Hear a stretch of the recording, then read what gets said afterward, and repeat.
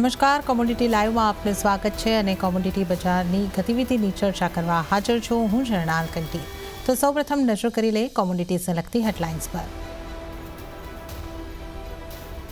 સોના ચાંદીમાં તેજીનો ચમકાર, આજે પણ એમસીએક્સ ઉપર સોનું 75,200 ને પાર, ચાંદીમાં પણ 92,000ની ઉપર ટક્યો કારોબાર। સોનામાં વધુ વ્યાજ દર કાપની આશાએ તેજીને ચાંદીની બેઝ મેટલ્સની તેજીને પણ મળી રહ્યો છે સપોર્ટ।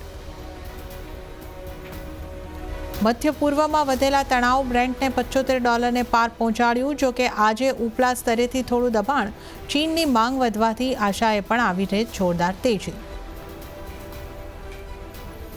ચીનના સ્ટિમ્યુલસને પગલે બેઝ મેટલ્સમાં આવી જોરદાર તેજી, એલએમઈ પર કોપર 2 મહિનાની ઊંચાઈએ અને આજે સ્થાનિક બજારમાં જોરદાર તેજી, ડોલર ઇન્ડેક્સની નરમાશથી પણ મળ્યો સપોર્ટ। એગ્રી કોમોડિટીમાં આજે તેજી સાથેનો કારોબાર, મસાલા પેક, કુવાર પેકમાં સારી ખરીદારી, તો એરંડા અને કપાસિયા ખોળમાં પણ તેજીનો માહોલ।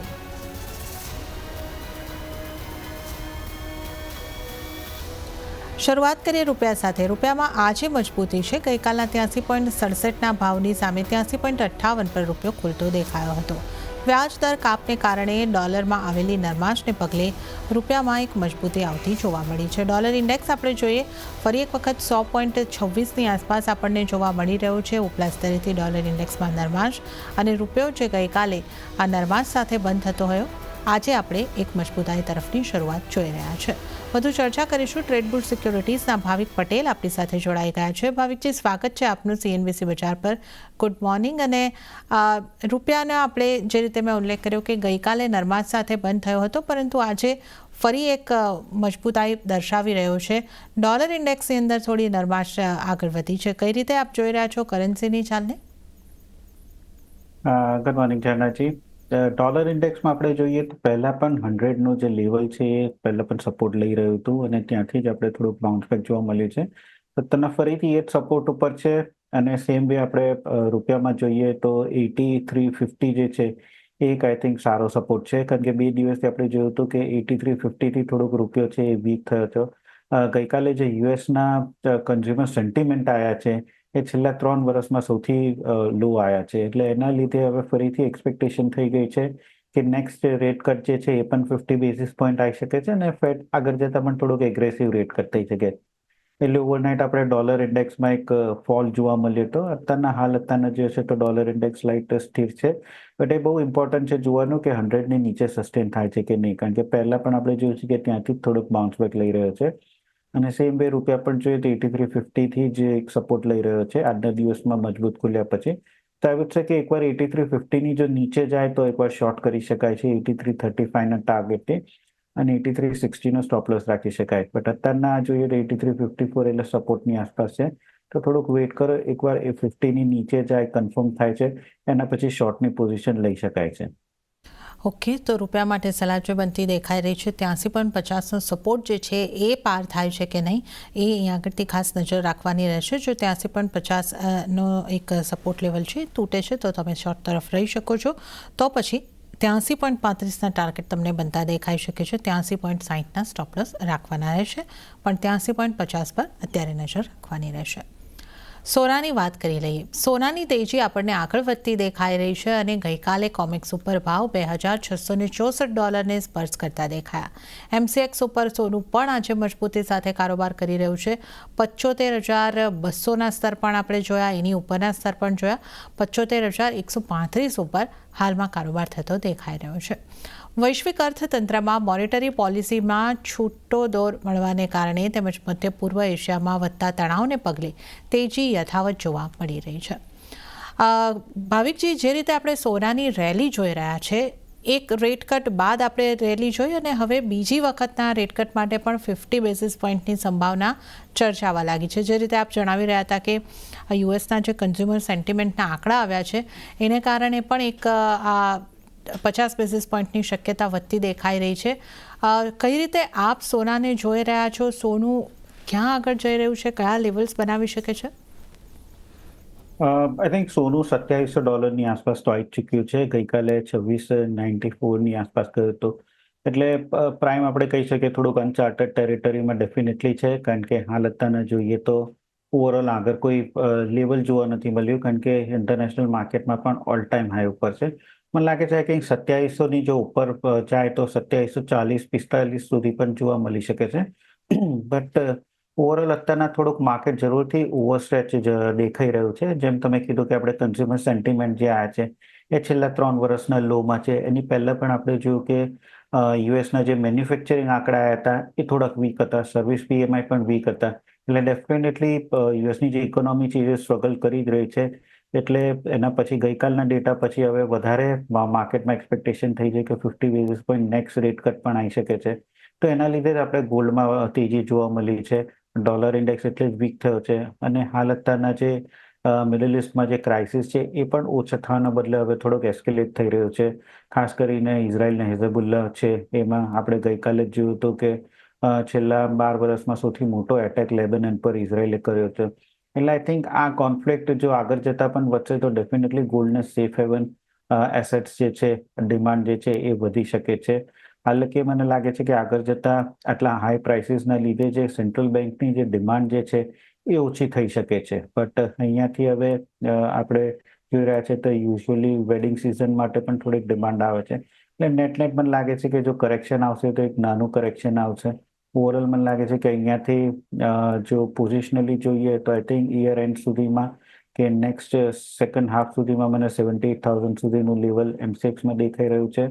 અને 2750 થી 2780 યર એન્ડ સુધીમાં કોમેક્સમાં દેખાઈ રહ્યું છે. આજના દિવસમાં પણ આઈ થિંક બાય ડિપ્સની સ્ટ્રેટેજી રાખવી જોઈએ છે કે કોઈ પણ ટ્રેડ લો તો આજે થોડોક સ્ટોપ લોસ છે એ સ્ટ્રિક્ટ રાખજો, કારણ કે ઓલ ટાઈમ હાઈની આસપાસ છે એટલે થોડીક વોલેટિલિટી જરૂરથી વધી શકે છે. ગમે ત્યારે થોડુંક પ્રોફિટ બુકિંગ પણ આવી શકે છે. આજના દિવસમાં 75,000ની આસપાસ બાય કરી શકાય 74,850ના સ્ટોપ લોસથી અને 75,400નો ટાર્ગેટ રાખી શકાય. ઓકે, તો અહીંયા આગળ સોનાની જે આપણે મજબૂતીની વાત કરી એ આપણે જોઈએ તો આ વર્ષની અંદર 78,000 સુધી પહોંચતી દેખાઈ શકે છે એની ચર્ચા કરી. પણ આજે આપણે કઈ રીતે કારોબાર કરવાનો છે, આજે પણ ખરીદારી કરીને ચાલવાનું છે. બાય ડિપ્સની સલાહ બની રહી છે 75,000ની આસપાસ તમે સોનાની અંદર ખરીદારી કરીને ચાલી શકો છો. 75,400ના ટાર્ગેટ માટે અને સ્ટોપ લોસ જે છે 74,850નો રાખો. તો આ અહીંયા આગળથી બાય ડિપ્સની સલાહ સોના માટે બનતી દેખાઈ રહી છે. ચાંદીની વાત કરી લઈએ. ચાંદીમાં ગઈકાલે એક દિવસમાં મોટો ઉછાળો જોવા મળ્યો. જો કે આજે કોમેક્સ ઉપર ગઈકાલના ઉછાળા બાદ થોડું પુલબેક છે, પણ $32 પાર ભાવ આજે પણ યથાવત છે. જો કે એમસીએક્સ ઉપર ભાવમાં આજે પણ કિંમતો જે છે 92,000ની આસપાસ ટકેલી દેખાઈ રહી છે. પ્રેશિયસ મેટલ્સની તેજી અને બેઝ મેટલ્સની તેજીની બેવડી અસર ચાંદી ઉપર જોવા મળી રહી છે. ચાંદી ભાવિકજી જે રીતે આપણે જોઈ રહ્યા છે કે એક તો આપણે અહીંયા આગળથી ખાસી વોલેટાઇલ રહેતી હોય છે, પણ આ વખતે આપણે ખાસી એની આઉટ પરફોર્મન્સની આશા રાખી રહ્યા છે, કારણ કે ગોલ્ડ ઓલ ટાઈમ હાઈ પર અને ચાંદીના ઓલ ટાઈમ હાઈની વચ્ચે ખાસો ડિફરન્સ છે. હવે એને બંને તરફથી સપોર્ટ મળી રહ્યો છે. ચાઇનાની પોલિસીને કારણે મેટલ્સનો સપોર્ટ પણ મળી રહ્યો છે, સોનાની તેજીનો પણ સપોર્ટ મળી રહ્યો છે. તો ચાંદી ક્યાં જઈ શકે છે, ચાંદીને માટે આપનો વ્યૂ કઈ રીતનો બની રહ્યો છે? I think safe to assume કે ચાંદી 98,000 સુધી યર એન્ડ સુધીમાં ટાર્ગેટ દેખાઈ રહ્યો છે. તમે કીધું આઈ થિંક એક ઇમ્પોર્ટન્ટ જ છે જે સોના કમ્પેરેટિવલી ચાંદીમાં અત્યારે થોડીક આઉટરેલી જોવા મળી રહી છે, અને છે ચાઇનાના તરફથી સ્ટિમ્યુલસ પેકેજ, જે અત્યારના સૌથી વધારે મોટું જાહેર કર્યું છે કોવિડ પછીનું. અને ઓવરઓલ આ વખતે ડેફિનેટલી ચાઇનાએ વોક ધ ટોક કર્યું છે કે જ્યાં એ લોકોએ આજે સવારના જોઈએ તો માર્જિન લેન્ડિંગ ફેસિલિટી છે, મીડિયમ ટર્મ લેન્ડિંગ ફેસિલિટી, એ 30 બેઝિસ પોઈન્ટ્સ રેટ કટ કર્યો છે. અને આગળ જતાં પણ જે રિઝર્વ રિક્વાયરમેન્ટ રેશિયો છે એ નિયરલી 50 બેઝિસ પોઈન્ટનું રેટ કટ કરવાનો છે. એટલે એનાથી નિયરલી $1 ટ્રિલિયન જે છે એ માર્કેટમાં લિક્વિડિટી વધશે. અને આ જે સ્ટિમ્યુલસ છે એના લીધે એટલીસ્ટ ડિમાન્ડ જે બેઝ મેટલ્સની છે એ એક્સપેક્ટેશન છે કે વધી શકે છે. અને એના લીધે જ આપણે જોયું કે ચાંદીમાં ગઈકાલે આટલું મોટું તેજી જોવા મળી હતી.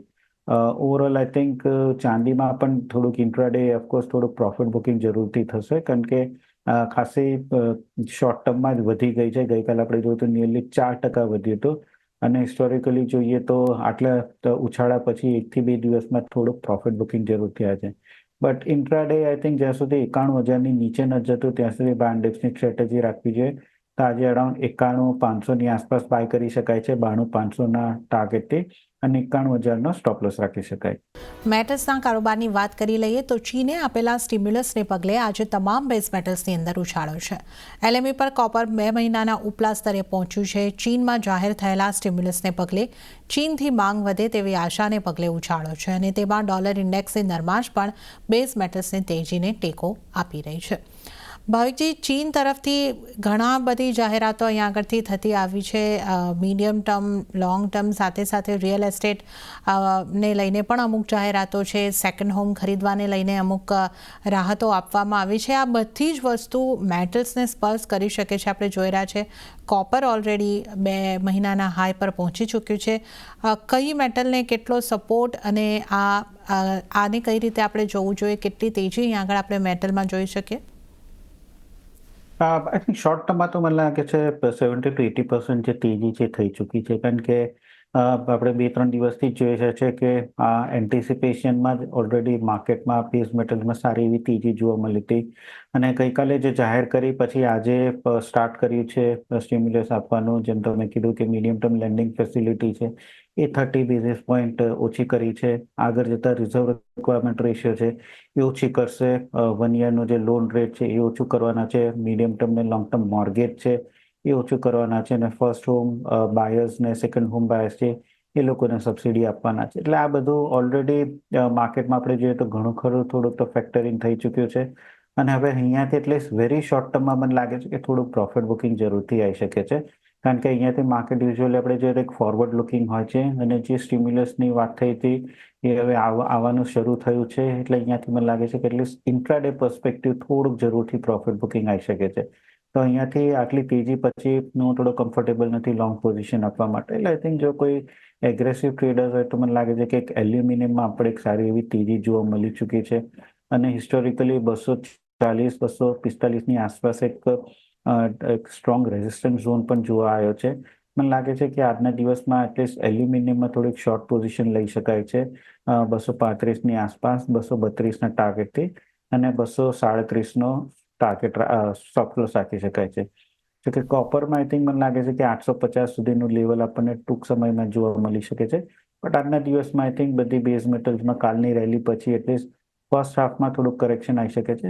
સેકન્ડ હાફમાં જ્યારે યુએસ માર્કેટ ઓપન થાય ત્યારે થોડુંક બાઇંગ જોવા મળી શકે છે. બટ મોર્નિંગ સેશનમાં હું એક્સપેક્ટ કરી રહ્યો છું કે જે પ્રોફિટ બુકિંગ છે એ આવી શકે છે. ઓકે, તો કોપર અને અન્ય મેટલ્સની અંદર ખાસી મજબૂતી આવ્યા બાદ આજના મોર્નિંગ સેશનમાં આપણે થોડું પ્રોફિટ બુકિંગ આવતું જોઈ શકીએ છીએ. તો ઇન્ટ્રાડે માટે એલ્યુમિનિયમની અંદર સેલ કરીને ચાલવાની સલાહબંધી દેખાઈ રહી છે. 235ની આસપાસ, 232ના ટાર્ગેટ અને 237નો સ્ટોપ લોસ રાખવાનું રહેશે. કોપરની જો વાત કરીએ 850 સુધીના ટાર્ગેટ કોપરની અંદર બનતા દેખાઈ શકે છે. તો આપણે ખાસ કરીને મેટલ્સમાં આજે ગઈકાલે મોટી તેજી આવી છે એની ચર્ચા કરી છે. હવે ક્રૂડની જો વાત કરી લઈએ તો ક્રૂડમાં પણ ગઈકાલે ઉછાળો હતો, પણ આજે સામાન્ય દબાણ ઉપલા સ્તરેથી બનતું દેખાયું છે. ગઈકાલે બ્રેન્ટના ભાવ 2% જેટલા વધીને $75 આસપાસ હતા. આજે પણ લગભગ $75 આસપાસ છે. 5%ની આસપાસનો ઘટાડો બ્રેન્ટની જો આપણે વાત કરીએ તો ઉપલા સ્તરેથી બનતો દેખાયો છે. તો ચીનના સ્ટિમ્યુલસને પગલે ત્યાંથી માંગ વધવાની આશા વર્તાઈ રહી છે અને બીજી તરફ ઇઝરાયલ લેબનાન વચ્ચેના યુદ્ધની અસર પણ અહીંયા આગળથી છે, તેનો એક સપોર્ટ મળતો દેખાઈ રહ્યો છે. અહીંયાથી ભાવિકજી આપણે ક્રૂડને કઈ રીતે જોવું જોઈએ? જે રીતે આપણને ઉપલા સ્તરેથી થોડું પ્રોફિટ બુકિંગ ટાઈપની સ્થિતિ અહીંયા પણ આજે આપણને દેખાઈ રહી છે, પણ આપણે સંકેતોની વાત કરીએ તો જે રીતે મિડલ ઇસ્ટના ટેન્શન્સ તો છે જ. એક ઓપેકનો રિપોર્ટ પણ આવ્યો છે ગઈકાલે અને એની અંદર પણ ડિમાન્ડને લઈને વાત કરવામાં આવી છે. ઇન્ડિયાથી પણ સારી ડિમાન્ડ છે એ વાત કહેવામાં આવી છે. ચીનની ડિમાન્ડ સારી રહી શકે છે. તો આ ક્રૂડને આપણે કઈ રીતે જોવું જોઈએ? આઈ થિંક તમે એક વાત સાચી કીધી છે કે ઉપરથી જે પ્રોફિટ બુકિંગ આવે છે એ ફરીથી ડિમાન્ડ કન્સર્ન પર આવી જાય છે, કારણ કે હાલ અત્યારના ડિમાન્ડ ઇન્ડિયાની તો સારી, બટ એશિયામાં આપણે ચાઇનાની જોઈએ તો ઘણી વીક છે. એ લોકો ઇમ્પોર્ટ કોટા આપ્યો તો એ પણ લાસ્ટ યર કરતા યર ઓન યર ખાલી માર્જિનલી બહુ જ ઓછો વધારે છે. એટલે એક્સપેક્ટેશન નથી કે આગળ જતા કોઈ મોટી ડિમાન્ડ આવે. સ્ટિમ્યુલસના લીધે મે બી થોડીક આવી શકે છે. યુરોપ ને યુએસમાં પણ જોઈએ તો જે સમરની જે ડ્રાઇવિંગ સિઝન હતી એ પતી ચૂકી છે. એટલે અહીંયાથી હવે હીટિંગની થોડીક ડિમાન્ડ આવી શકે છે. એટલે ડિમાન્ડ કન્સર્ન જરૂરથી છે. એના લીધે આપણને આઉટરાઇટ તેજી જોવા નથી મળી રહી કે જે બેઝ મેટલ્સ અને બુલિયન્સમાં જોવા મળી છે. બટ નીચે આપણે જોઈએ તો નીચે એક સપોર્ટ પણ આવી રહ્યો છે, કારણ કે જે અત્યારના ઇઝરાયલ અને લેબેનોનનું જે ટેન્શન છે, જીઓપોલિટિકલ કન્સર્ન્સ છે મિડલ ઇસ્ટમાં ઊંચા થવાના બદલે વધી રહ્યા છે. એટલે ગમે ત્યારે ત્યાંથી પણ થોડુંક સપ્લાય કન્સર્ન્સ આવી શકે છે. પ્લસ વેરી શોર્ટ ટર્મમાં આપણે જોઈ રહ્યા છે કે અત્યારના એક જે હુરેકન છે એ ગલ્ફ ઓફ મેક્સિકોમાં આજથી ને કાલેથી ત્રાટકવાનો છે, અને ઘણી જ યુએસની જે મોટી કંપનીઝ છે, શેલ છે, શેવરોન છે, એ લોકોએ નોન એસેન્શિયલ્સ છે, એ લોકોના માણસો છે રિગ પરથી ઓફલાઈન કરી દીધા છે. એટલે આગળ જતાં પણ થોડુંક જે ત્યાંથી ઓઇલ છે, પ્રોડક્શન છે, એ કટ થઈ શકે છે. એટલે નેટન પણ લાગે છે કે 6200 નીચે 5800ની વચ્ચે જ ક્રૂડ ઓઇલ અથડાયા કરશે, કારણ કે બેઉ સાઈડ એને રેઝિસ્ટન્સ છે. ઉપરની સાઈડ ડિમાન્ડ કન્સર્ન્સ છે, તો નીચેની સાઈડ સપ્લાય કન્સર્ન્સ થઈ શકે છે. ઓવરઓલ મને લાગે છે કે આ રેન્જમાં જ ટ્રેડ થઈ શકે છે. એટલે મોટી કોઈ ઉછાળ દેખાઈ નથી રહ્યો, કાં તો મોટું કરેક્શન પણ દેખાઈ નથી રહ્યું. બટ આજના દિવસમાં આઈ થિંક મને લાગે છે કે 6000નો જે કોલ છે એ એકવાર બાય કરી શકાય છે અરાઉન્ડ 160. ઇન્ટ્રાડે ટાર્ગેટ રાખી શકાય 210નો, અને સ્ટોપ લોસ રાખી શકાય 130નો. ઓકે, તો અહીંયા આગળથી આપણને સલાહ જે બનતી દેખાઈ રહી છે, થોડી વોલેટિલિટી બનતી દેખાઈ શકે છે, અને રેન્જની આપણે અહીંયા આગળથી વાત કરી. 6200 ઉપરની તરફ, 5800 નીચેની તરફ ક્રૂડમાં આ રેન્જની અંદર કારોબાર થતો દેખાઈ શકે છે. તો સલાહ તમારે માટે 6000નો જે કોલ ઓપ્શન છે એને બાય કરીને ચાલો 160માં, 210નો ટાર્ગેટ, 130નો સ્ટોપ લોસ. તો આ સલાહ અહીંયા આગળથી બનતી દેખાઈ રહી છે. હવે જો આપણે વાત કરી લઈએ નેચરલ ગેસની, તો નેચરલ ગેસમાં તેજી કન્ટિન્યુ થતી દેખાઈ રહી છે, અને લગભગ 235ને પાર નેચરલ ગેસની કિંમતો પહોંચતી જોવા મળી રહી છે. 215ની આસપાસ અત્યારે આપણે નેચરલ ગેસની વાત કરી રહ્યા છે, તો કિંમતો ઓક્ટોબર કોન્ટ્રાક્ટમાં 236ની આસપાસની કિંમતો આપણે જોઈ શકીએ છીએ. કઈ રીતે આપ જોઈ રહ્યા છો નેચરલ ગેસને, ભાવિકજી? અને નેચરલ ગેસમાં સારી તેજી કન્ટિન્યુ થઈ રહી છે, આગળ હવે શું કરવું જોઈએ? ઓક્ટોબર કોન્ટ્રાક્ટમાં આપણે કેટલા વખતથી જોઈ રહ્યા હતા કે 225નું જે લેવલ હતું, એક હર્ડલ હતું, એ જઈ નથી શકતો. અને આપણે 2 દિવસ પહેલા જેવું કે હર્ડલ જે છે ઇઝીલી પાસ થઈ ચૂક્યું છે. અને આગળના પણ આપણે ઇન્ટરનેશનલ કોન્ટ્રાક્ટ જોઈએ તો એ બધા કોન્ટેંગોમાં છે. એટલે એક્સપેક્ટેશન છે કે આગળ પણ આ જે તેજી છે એ યથાવત રહેશે. હાલ અત્યારના જે હ્યુરેકન આવી રહ્યું છે ગલ્ફ ઓફ મેક્સિકોમાં, એના લીધે પણ ઘણી બધી નેચરલ ગેસની પ્રોડક્શન જે છે એ અસર થઈ શકે છે. અને હવે આગળ જતાં આપણે જોઈશું તો હીટિંગ ડિમાન્ડ થઈ શકે છે, કારણ કે હવે ઠંડી આવશે યુરોપ અને યુએસમાં.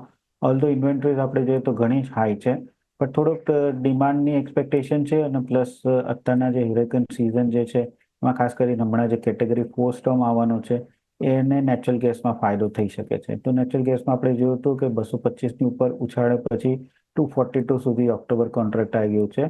હાલ અત્યારને આઈ થિંક 225નું જે રેઝિસ્ટન્સ છે હવે સપોર્ટ થઈ ચૂક્યો છે. 225ની નીચે નથી જતું ત્યાં સુધી મને લાગે છે કે આ તેજી 250 સુધી પણ આપણને જોવા મળી શકે છે. તો ઇન્ટ્રાડે પર્સપેક્ટિવ 235ની આસપાસ લોંગ કરી શકાય છે 240ના ટાર્ગેટથી, અને 232નો સ્ટોપ લોસ રાખી શકાય. ઓકે, તો નેચરલ ગેસમાં પણ લોંગ સાઇડ રહેવાની સલાહ બનતી દેખાઈ રહી છે. ઇન્ટ્રાડે માટે સલાહ છે 235ની આસપાસથી તમે ખરીદારી કરીને ચાલો, 240નો ટાર્ગેટ, 232નો સ્ટોપ લોસ. તો આ એક સલાહ આપને માટે નેચરલ ગેસની અંદર બનતી દેખાઈ રહી છે. હવે આપણે આગળ વધીએ અને એગ્રી કોમોડિટીઝ ઉપર નજર કરી લઈએ. તો મસાલા પેકમાં આજે તેજી તરફનો કારોબાર થઈ રહ્યો છે, તો સાથે જ કુંવાર પેકમાં પણ આજે ખરીદારીનો માહોલ જ જોવા મળી રહ્યો છે.